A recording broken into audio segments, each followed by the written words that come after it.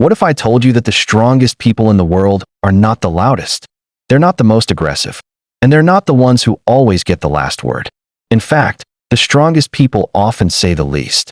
Think about it. When someone insults you, what's your first instinct? To react. To defend yourself. To prove them wrong. But what if reacting is exactly what keeps you weak? More than 2,000 years ago, the Stoics discovered a powerful secret. Every time you react emotionally, you give someone else control over your mind. Your peace disappears. Your emotions take over.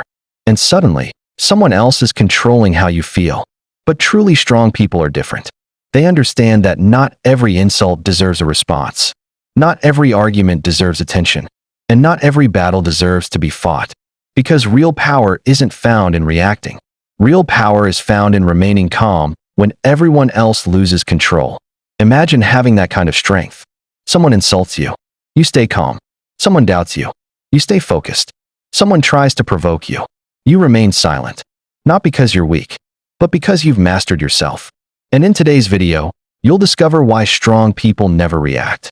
You'll learn timeless Stoic lessons that can help you stay calm under pressure, protect your peace, and become emotionally unstoppable. By the end of this video, you'll see conflict differently. You'll see criticism differently. And most importantly, you'll see yourself differently. So take a deep breath. Stay until the end. And let's begin. Why reacting makes you weak. Most people believe reacting quickly is a sign of strength. Someone insults them. They react. Someone disagrees with them. They react. Someone challenges them. They react. And because reacting feels powerful in the moment, they assume they're in control. But the truth is exactly the opposite. Every time someone can control your emotions, they control you. Think about that carefully. If a stranger can ruin your mood with a few words, who is really in control? If one negative comment can destroy your peace, who is really holding the power? The Stoics understood something most people never realize. The moment you react emotionally, you stop acting from wisdom. You start acting from impulse. An impulse is a dangerous master. Imagine someone walking through a forest carrying a lit torch. Every time a branch touches them, they swing the torch wildly. Soon the entire forest catches fire. Not because of the branches, but because they couldn't control their reaction. Life works the same way. Most problems become bigger because people react emotionally. A small disagreement becomes a major argument. A minor criticism becomes a personal attack. A temporary setback becomes a permanent source of suffering. All because emotions were allowed to take control. Marcus Aurelius constantly reminded himself that people will behave badly. Some will lie. Some will insult. Some will disappoint. Some will betray. But none of these things can harm your character unless you allow them to. That's the difference between weak minds and strong minds. Weak minds react. Strong minds observe. Weak minds explode. Strong minds remain calm. Weak minds seek revenge. Strong minds seek understanding. And here's the beautiful part. The calmer you become, the stronger you become. Because calmness isn't passive. It's power under control. Anyone can lose their temper. Anyone can shout. Anyone can react. But very few people can stay composed when emotions are running high. That level of discipline separates ordinary people from extraordinary people. The next time someone tries to provoke you, pause for a moment. Take a breath. Ask yourself, why should I give this person control over my peace? Most of the time, you'll realize they haven't earned that power. And the moment you stop giving people control over your emotions, you begin taking control of your life. But reacting isn't only about anger. Sometimes people react because they desperately want to be right. And that brings us to the next lesson. The illusion of winning arguments. The illusion of winning arguments. Most people spend their lives trying to win arguments. They want the last word. They want to prove they're right. They want everyone to see things their way. And when someone disagrees with them, they immediately feel challenged. Their ego takes control. Their emotions take control. And suddenly, the conversation becomes a battle. But here's a question. How many arguments have actually improved your life? How many heated debates have brought you lasting peace? Probably very few. The Stoics understood something powerful. Being right is not always worth the cost. Sometimes people sacrifice their peace just to win an argument. They sacrifice relationships. They sacrifice happiness. They sacrifice their emotional stability. All for a temporary feeling of victory. Marcus Aurelius reminded himself that people see the world through different experiences, different beliefs, different fears, different perspectives. And because of that, not everyone will agree with you. No matter how logical you are, no matter how much evidence you have, no matter how correct you think you are, some people simply don't want to understand. And that's okay. Imagine trying to teach a fish how to climb a tree. No matter how much effort you put in, it won't work. Not because you're wrong, but because the other side isn't ready. This is why wise people choose their battles carefully. They don't argue to feed their ego. They speak when it matters. And they stay silent when it doesn't. Most arguments are not really about truth. They're about pride. And pride has destroyed more peace than ignorance ever could.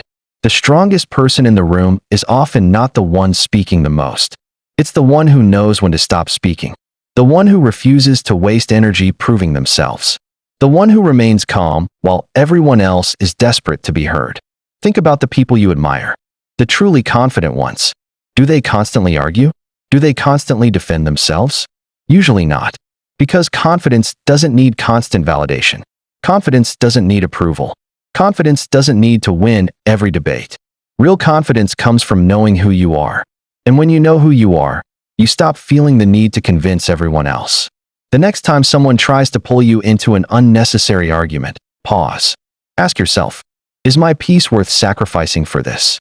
Most of the time, the answer will be obvious. Because some battles are won by fighting. But the greatest battles are won by walking away. And once you learn that lesson, you'll stop giving your energy to meaningless conflicts. You'll protect your peace. You'll protect your focus. And most importantly, you'll protect your mind. But staying calm during arguments is only part of the journey. The real challenge is learning how to control your emotions before they control you. And that's exactly what we'll explore next. Master your emotions before they master you. Imagine carrying a remote control for your emotions. Now imagine giving that remote to everyone around you. One person presses a button. You become angry. Another person presses a button. You become sad. Someone else presses a button. You become anxious. This is how most people live. Their emotions are controlled by external events. Their happiness depends on circumstances. Their peace depends on other people. And because of that, they never feel truly free. The Stoics refuse to live this way. They believe that the greatest form of freedom is self-mastery. Not mastering other people. Not controlling the world. But controlling yourself. Think about how often emotions influence decisions. A person gets angry and destroys a friendship. A person becomes fearful and abandons a dream. A person becomes jealous and ruins their own happiness. The emotion lasts a few minutes, but the consequences can last for years. This is why the Stoics trained themselves to pause. Not because they lacked emotions, but because they understood emotions should be guided by reason. Imagine driving a powerful car. The engine represents emotion. The steering wheel represents reason. Without the engine, the car doesn't move. But without the steering wheel, the car crashes. Life works exactly the same way. Emotions are powerful, but they must be directed wisely. Many people believe emotional control means suppressing feelings. The Stoics taught something different. They believed emotions should be understood, observed, examined, not blindly obeyed. The next time you feel anger, don't immediately react. Observe it. Ask yourself, why am I feeling this? What triggered this emotion? Is this reaction helping me or hurting me? Those few seconds of awareness can completely change your response. Because emotions are temporary, but your actions create permanent consequences. Marcus Aurelius often reminded himself that no event has power over the mind unless the mind grants permission. Think about that. A difficult situation appears. At first, it's just an event, nothing more. Then the mind labels it. This is terrible. This is unfair. This is unbearable. And suddenly the suffering begins. Not because of the event itself, but because of the story attached to it. The stronger your awareness becomes, the less control emotions have over you. You stop reacting automatically. You start responding intentionally. You become calmer, wiser, more disciplined. And eventually, people begin noticing something different about you. While others panic, you stay composed. While others explode, you stay calm. While others lose control, you remain steady. That is true strength. Not physical strength. Mental strength. The kind of strength that cannot be taken away. But there is one emotion that has trapped millions of people for centuries. An emotion so powerful that it has stopped more dreams than failure ever could.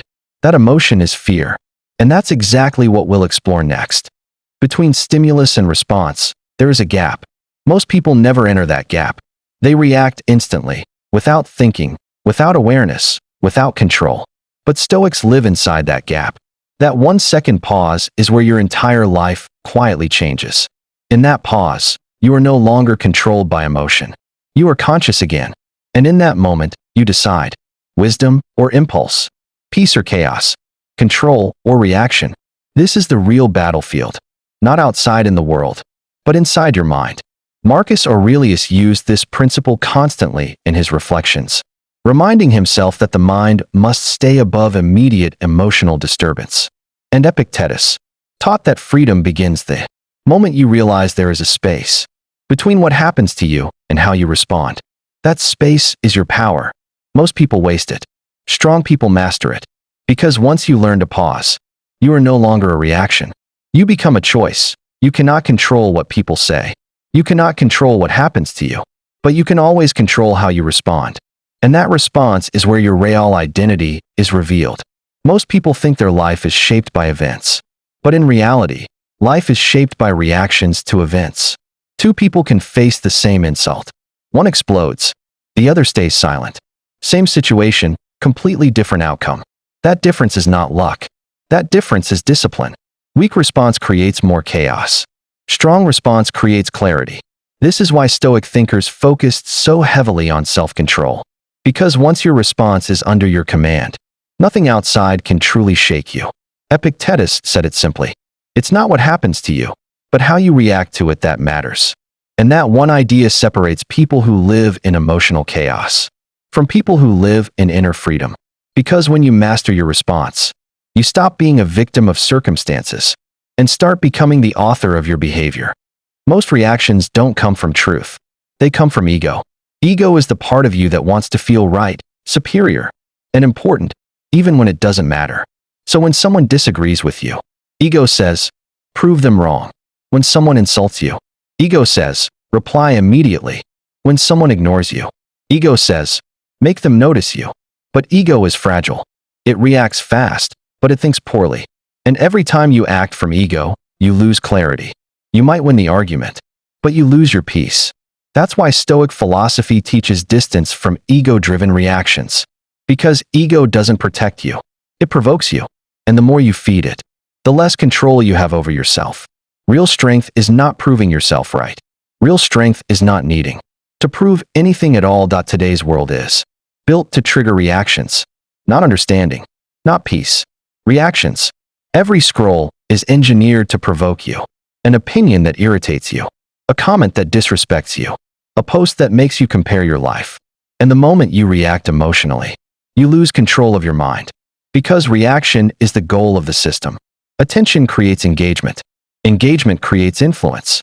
But strong people recognize this pattern. They don't reply to every comment. They don't fight every opinion. They don't let strangers control their emotions through a screen. Your peace is more valuable than winning online arguments. Not everything deserves your reaction. Sometimes the strongest move is silence. Most people hear criticism and immediately feel attacked. But criticism is not an attack. It is information. And information has only two uses. You can learn from it, or you can ignore it. Weak minds personalize criticism. They think, they are insulting me. Strong minds depersonalize it. They ask, is there any truth in this? Because not every criticism is wrong, and not every praise is right. Stoic thinking teaches separation between emotion and evaluation.